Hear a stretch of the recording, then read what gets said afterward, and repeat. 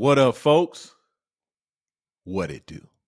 Welcome to another episode of the Best Advice Ever podcast with me, your boy, Mike Goodwin, the bow-tied comedian. Now, if you don't know who I am, allow me to reintroduce myself. My name is Mike, comedian extraordinaire, also a comedian that is refreshingly funny. I'm a speaker, leader, keynote, comedian, podcaster, dad, husband, brother, friend, all the things, Christian man of God, right? And if you are listening for the first time or you're tuning back in, I want to say welcome. Welcome. Thank you for taking the time to listen to my humble podcast. This podcast is basically my insights from a life lived, right? I'm a dad. I've been out here in these human streets for quite a while, 49 years to be exact. And I've amassed some wisdom, some knowledge, and I just want to share it. Want to impart some insights and then also provide some levity, some humor. This isn't necessarily a stand-up situation, but I'm gonna say something funny because I'm a wild and funny guy. Not really wild, but definitely a funny guy. So thank you for tuning in to this podcast, the Best Advice Ever podcast. You can follow me on social media. I'm at all the things. I'm at all the places. I'm out here. Facebook, Instagram, YouTube, TikTok, X, formerly known as Twitter. I think that's it. There might be some other ones that you might be able to pull up a MySpace page. Maybe. I don't know. It's been a while. It's been a while. But I would love for y'all to follow me, subscribe, like, share. Tell folks about what I have going on. And again, I'm a comedian at the end of all of this. I'm a comedian that is refreshingly funny, simply meaning I don't use language to be funny. Now, I am also a believer in Jesus Christ. Now, so people would love to call me a gospel comedian or a Christian comedian. And if that's what you call me, cool. I ain't got no problem with those titles, those labels. I'm just a comedian that follows Christ. So you can, however it makes you feel, say the thing, say Christian comedian, because comedy is of the devil. But you do it at Christian comedy, so you all right. So I don't have those hang-ups. I'm not in a comedic bondage. I'm just a comedian, man, that is a follower, a disciple of Jesus Christ. And my comedy reflects it, right? My comedy reflects how I live. That's what it is. But I love comedy. I'm like the guy that sells hair to bald men. Not only am I the president of this comedy club, I am a client. I enjoy all the types of comedy. The comedies that some people may find objectionable. I like it. I like to laugh, man. A hee and a ha ha. Like to get it in. So that is the introduction of this fine podcast, and I would encourage you to hang out and enjoy the show. Each episode, I like to share what is the title of this podcast. It is the best advice ever. What's my best advice this week? My best advice this week is to be the solution. Be the solution. It is easy to point out problems, man. And I don't know if you're anything like me. I can point out a problem with Olympic timing. Like, as soon as I walk in the room, I can tell you 5 things that is wrong with the room. As soon as I meet somebody, I got some criticisms, right? I go to an event, I'm figuring out, man, what isn't going well. But that isn't the most productive mindset to have. The most productive mindset to have is to show up with a solution. You know, I said in one of my podcasts, one of the advice that I gave some episodes ago was don't show up at people's houses empty-handed. Somebody invites you to something, don't show up empty-handed. And I think that is true in terms of life and leadership. If you're at a job, you're working on a team, don't show up empty-handed, and especially don't show up with what all is wrong about the situation. Show up with some answers. Show up with some solutions. What got me thinking about this, I'm going to be doing a keynote for Delta Airlines. Now, I signed the NDA, and I don't know if I'm supposed to not tell people. And I'm happy. Like, I'm ecstatic. Number one, I'm a Delta customer. Like, I fly Delta, like straight up and down. I gets down with Delta the long way, right? I routinely fly. If I have an event and there's a Delta airline, or I could fly to a spot that's possibly about an hour from where I'm supposed to be, I'll fly. Matter of fact, I'm going to Amarillo, Texas, and I don't think there's a close Delta airline, and I don't like it. I don't like it at all. I probably have 7 Delta flights booked in the app. I got the app on my phone. I open the app regularly. I'm a platinum member. Now, I'm not diamond medallion. I'm platinum, which is platinum's cool. Matter of fact, I found out something about choice benefits. Just found that out the other day. Knew nothing about it. Choice benefits that you can redeem some perks for amassing a certain amount of status. So I was talking to the client Delta, and we were talking about some of the things that my leadership keynote covers. And we got into this discussion of a multi-generational workplace issue. And I think everyone's confronted with that. I don't even think this is in the workplace. I think that churches are confronted with it. I'm in a fraternity. My fraternity is confronted with the young group, the new school versus the old school. And I think there's always been that rift or that tension between different populations within an organization, but I think it's very pronounced now. And I was thinking about the issue. I was thinking about all the young people that are in my life, family members, mentees, fraternity brothers.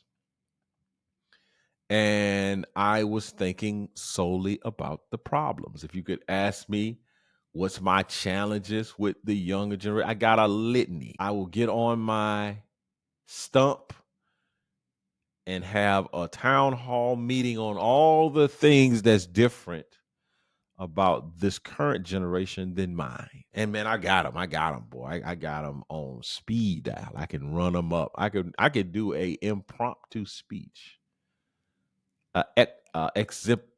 extemporaneous speech. I think that's the proper word on the challenges of the younger generation. And I was on one of my walks, and I was thinking about the challenge of multi-generational issues in the workplace, or just issues in general. And then I said, hey man, how do you fix it though? What are solutions?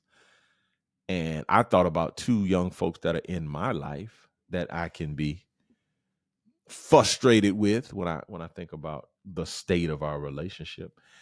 And I shot these young people a text. I remembered I had watched, and I would, because I don't quote unquote gatekeep. My pastor shared with me, Pastor T.D. Jakes, Bishop T.D. Jakes has a message, The Bumpy Road to Better. It's basically talking about Joseph and how he blessed his family with all he went through, and that there are people that are anointed to bless their generation.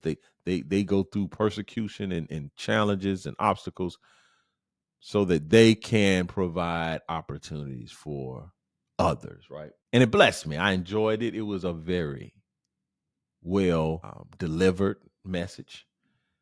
And so I immediately sent it to two of my family members. And I said, hey, man, happy Saturday. This blessed me. Hope it does the same for you. Because I'm thinking, like, how can I cultivate a relationship? If every time I talk to them, I'm like, hey, what's up? What happened with this? Or I'm saying that they didn't do this. I hadn't heard from you in a while. What you up to? What's going on? Like, it's very aggressive. It's very abrasive, right? So I'm like, hey, man, let me plant a seed of goodwill. Let me impart wisdom and knowledge with some information that I have. And I don't require just, hey, here's a message. Now, it's my desire that they listen to it, but I need to make more initiatives and thinking about what are ways that I can benefit them at this stage of their life. Because I've been through this stage of life and I know many of the challenges, and then they have some unique challenges that I'm not aware of because they're growing up in a more contemporary time. Like the challenges that they're confronted with, I think some of them will definitely be similar to what I experienced, but then they have some unique challenges. And I want to be a resource. I want to be a trusted guide, a sage, if you will. So I started thinking about solutions. What are ways that I can benefit the younger generation and not just be aggravated and agitated by them? I just recently, and it happens because I have the younger generations in my home. I'm raising two of the younger generations, and I can think of a myriad of examples that could communicate my frustration. But I'll share one. I recently was talking to my son, one of my sons, and I wouldn't even say it's a chore, but it's a responsibility that I have tasked him with, is to sweep the deck. We have a deck in the backyard, and limbs will fall, sometimes acorns, leaves, pollen kind of rest on the back patio or deck. And I have advised my son that it's his responsibility to sweep the deck periodically from time to time. I didn't even say weekly. I didn't even give him a time frame.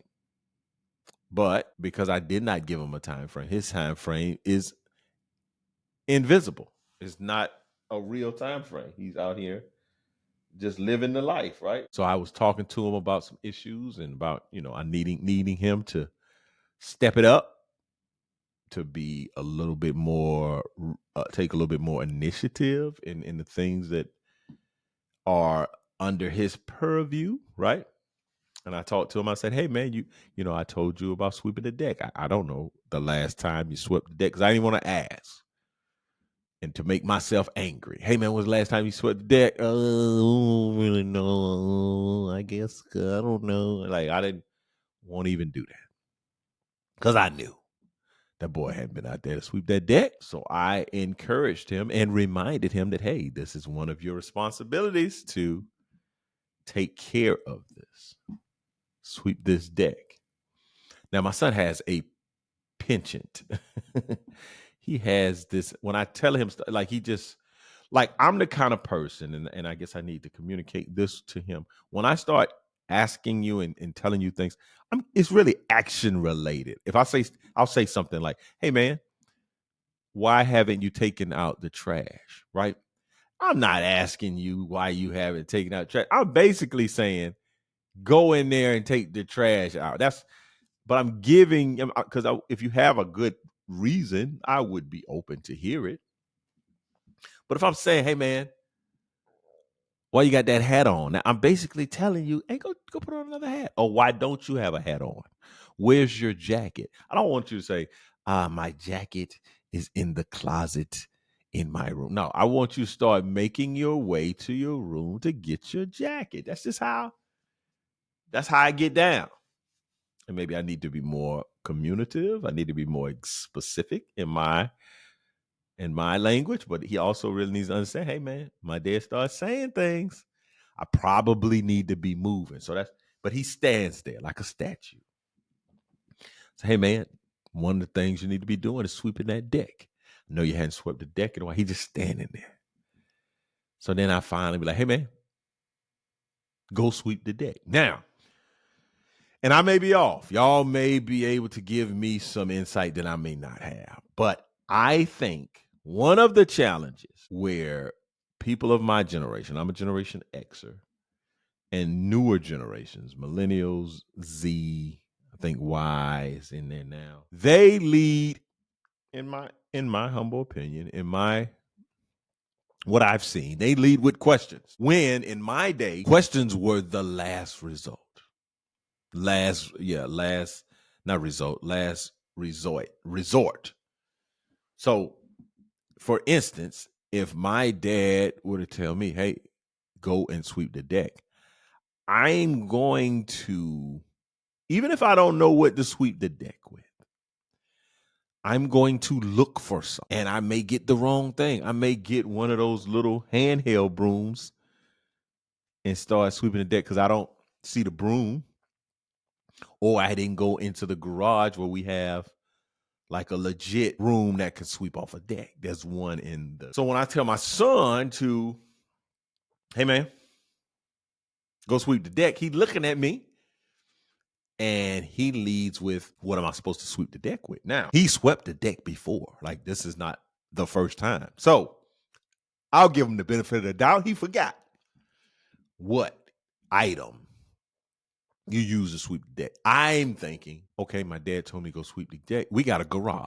Let me go look in the garage and see if there's something to sweep the deck with. Because that shows me some effort and some initiative. Like, I think my generation wants to give, we want to see that you are trying.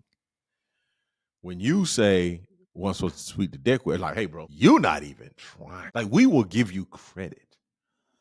You ain't got to get the answer right. We will give you credit for the attempt. And so I think that's where there's a challenge. This generation leads with, I don't need to make an attempt. I need to do it, and I need all the things I need to do it with when you make the request. And I'm like, hey, man, go look in the garage. Surely there's something in there that looks like you can sweep the deck with. So that is a challenge. And so if you're of the younger generation, if you're younger generation, I would encourage you, especially if you're working with folks or you're in relationship with folks that are a little older, make an effort. Go and say, hey, let me at least get some information before I ask a question. Let me put together my thoughts, what I think is a good idea, before I say, hey man, what do you want me to do? So be the solution.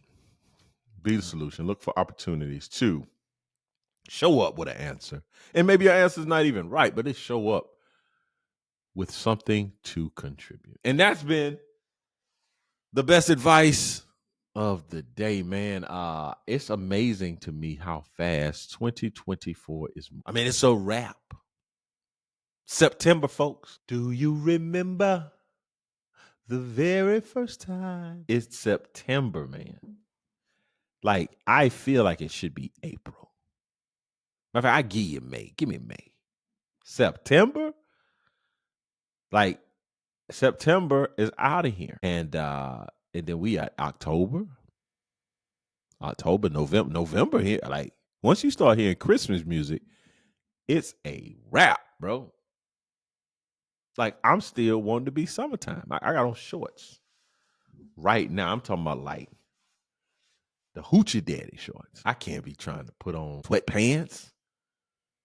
It's September. Where is the year? I mean, 2024 is like, catch me if you can. I'm the gingerbread man out this piece. And it's wow. Matter of fact, I've really been using this year to like, oh, I'm going to get myself together, lose this weight, get my physical fitness back in line, right? As I've been sharing with y'all.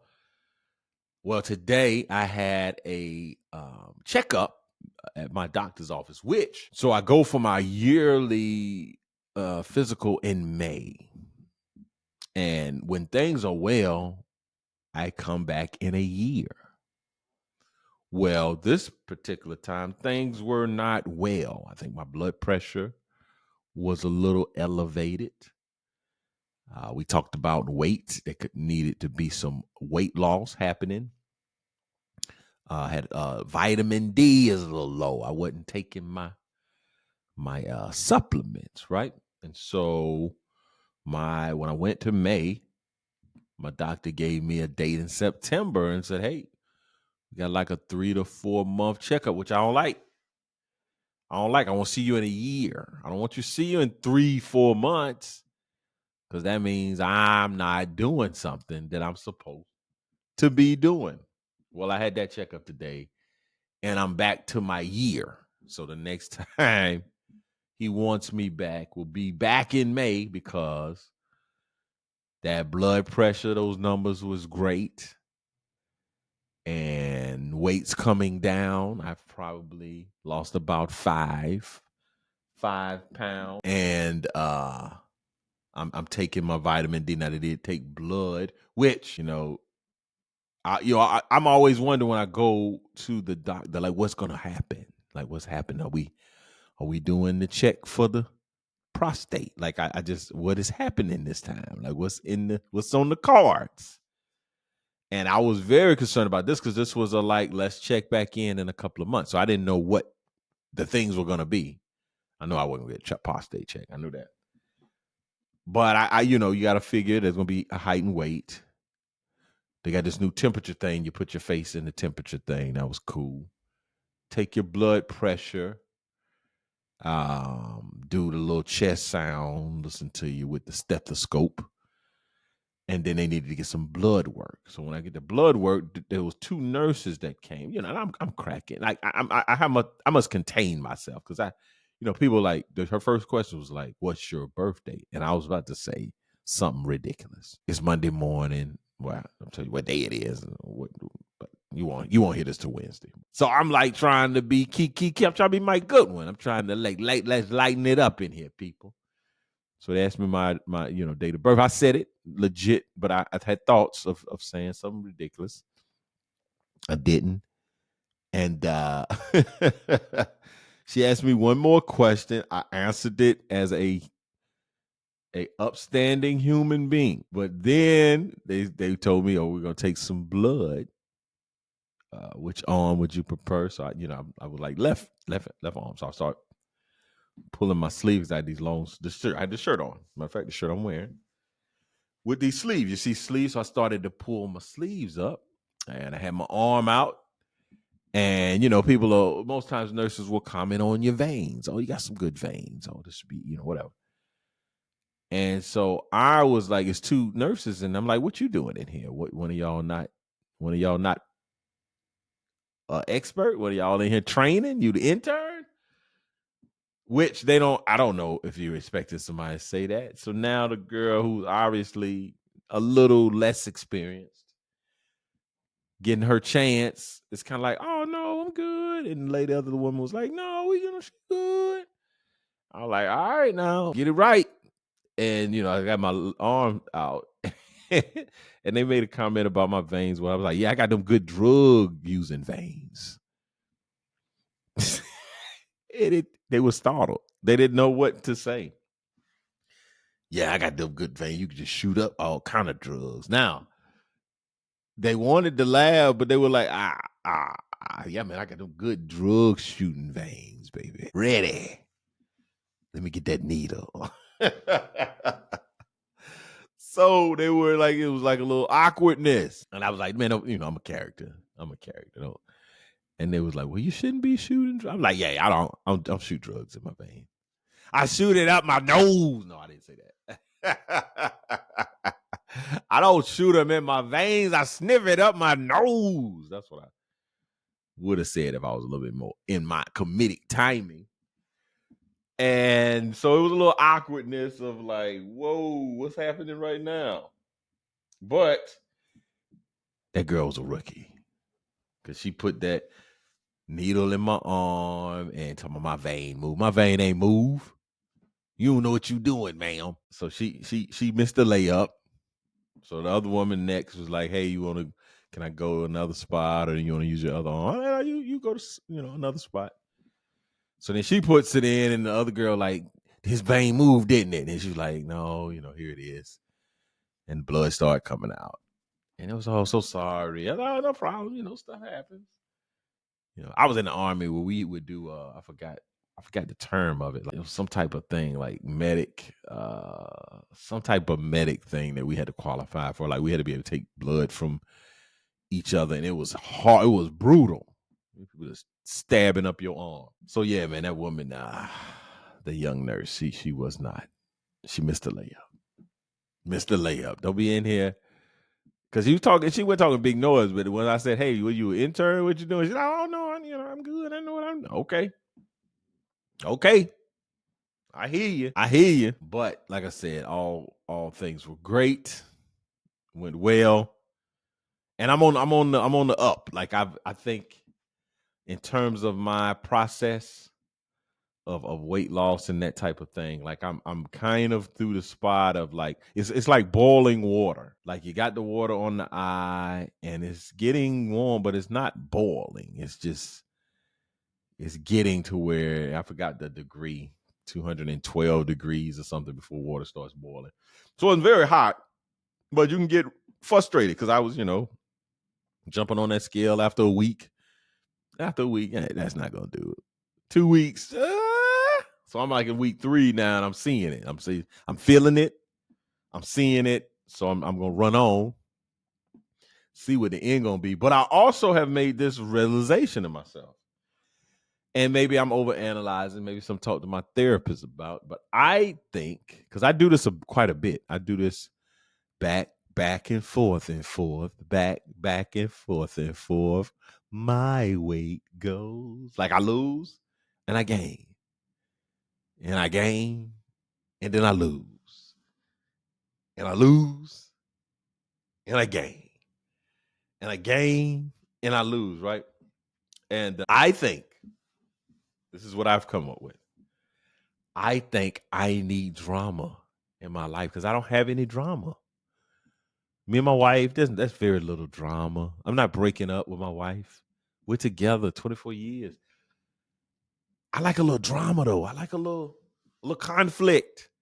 And I think that's why I do this with this food. Like I put on the pounds, I'm very upset with myself. I'm like, what are you doing? And I lose it.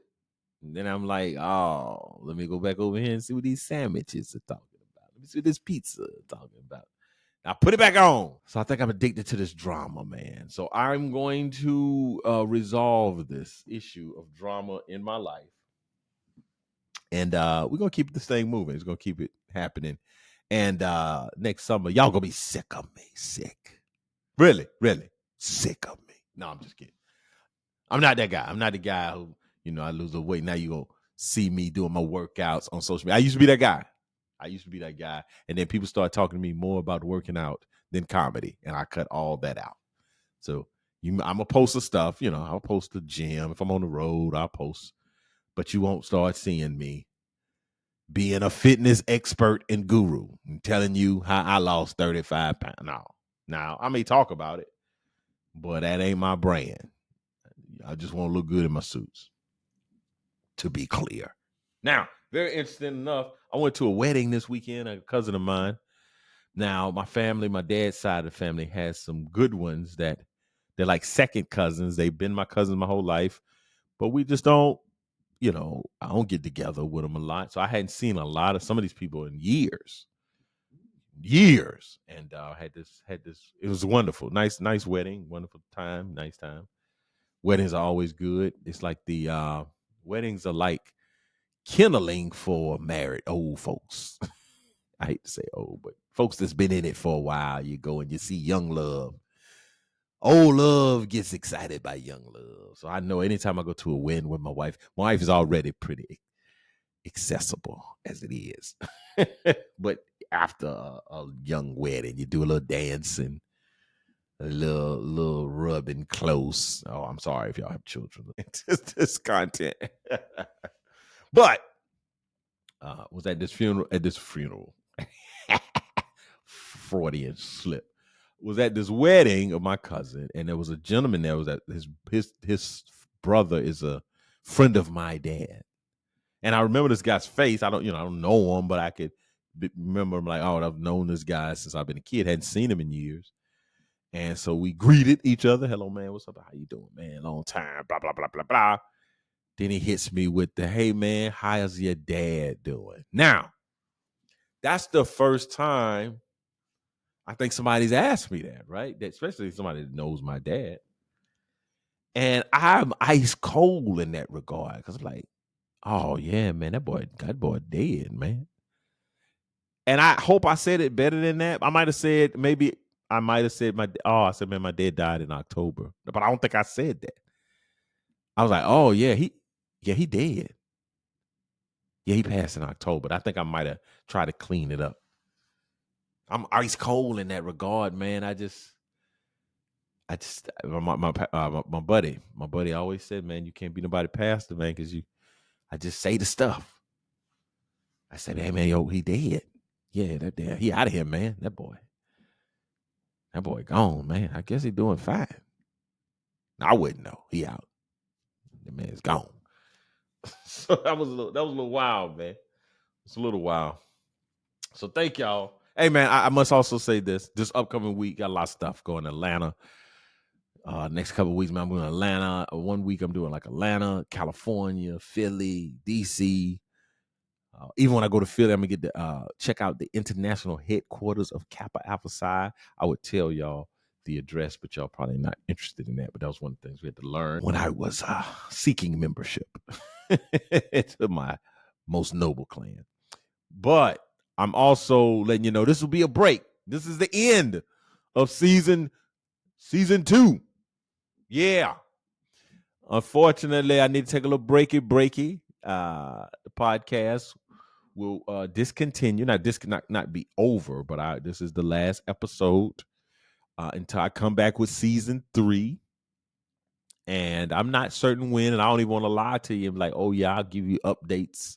I probably won't be doing any updates, but if you follow me on social media, you can keep abreast of what I have going on. I'm thinking maybe in a month, or really it might be 2025. Really, I mean, I don't know what to tell you. I think it's time. I've run. It's run the course for the season. We really don't have an idea of how many episodes we're going to shoot at the beginning. We just shoot them. But I'm in a spot where it's like, oh man, a lot of stuff happening, a lot of busy things on the road. It's quite not a commitment to do the podcast, but to be, in the office to get it recorded and all those things. So it gives me time to breathe. Give me an opportunity to breathe, reset, recalibrate, see if I'm enjoying what I'm doing. I'm happy with where we are, with what the progress is. I do like the little format that I've retooled. I like that. It's been good. I'm a little bit over my time, at 36 minutes, but I think that's to be commendable. But this will be a break. We're taking a break of the Best Advice Ever podcast. Season 2 is coming to an end. But don't fret, don't worry. Stay connected to me on social media. Again, I'm at Bowtie Comedy on Instagram, on X, on Facebook. I'm a comedian Mike Goodwin. YouTube, comedian Mike Goodwin. TikTok, Bowtie Comedy. I suspect you can find me at Bowtie Comedy, a comedian Mike Goodwin. Thank y'all for tuning in for another season. Another season, man. It's been 2 seasons. I think I'm about 80 something episodes, man. I'm feeling like it's going well. It's going well. I'm not necessarily ready to shut it down. I do have some goals. I would like to have the podcast be more recognizable. People will check it out, share it, and maybe even add some guests at some point.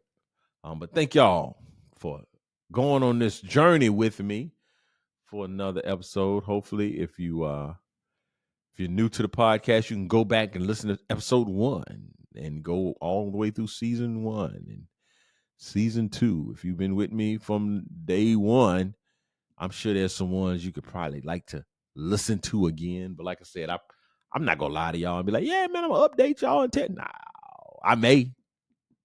And if I do, it'll just pop up. So make sure you get notifications and, and all those types of things. But thank y'all so much for tuning in to the Best Advice Ever podcast. If you want to contact me, you can contact me at info@comedianmikegoodwin.com.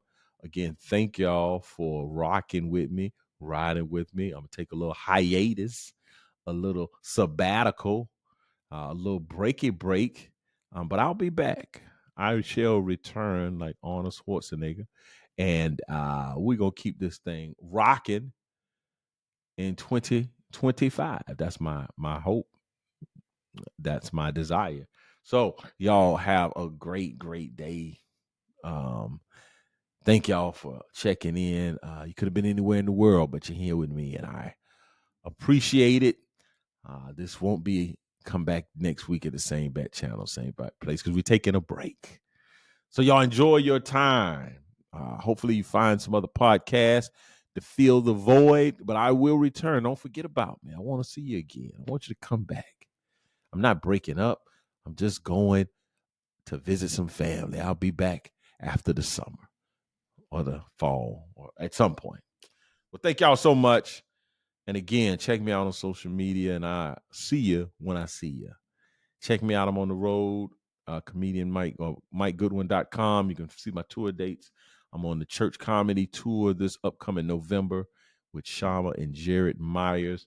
If you have any questions, concerns, info@comedianmikegoodwin.com. Thank y'all so much. I'll talk to you soon. Peace.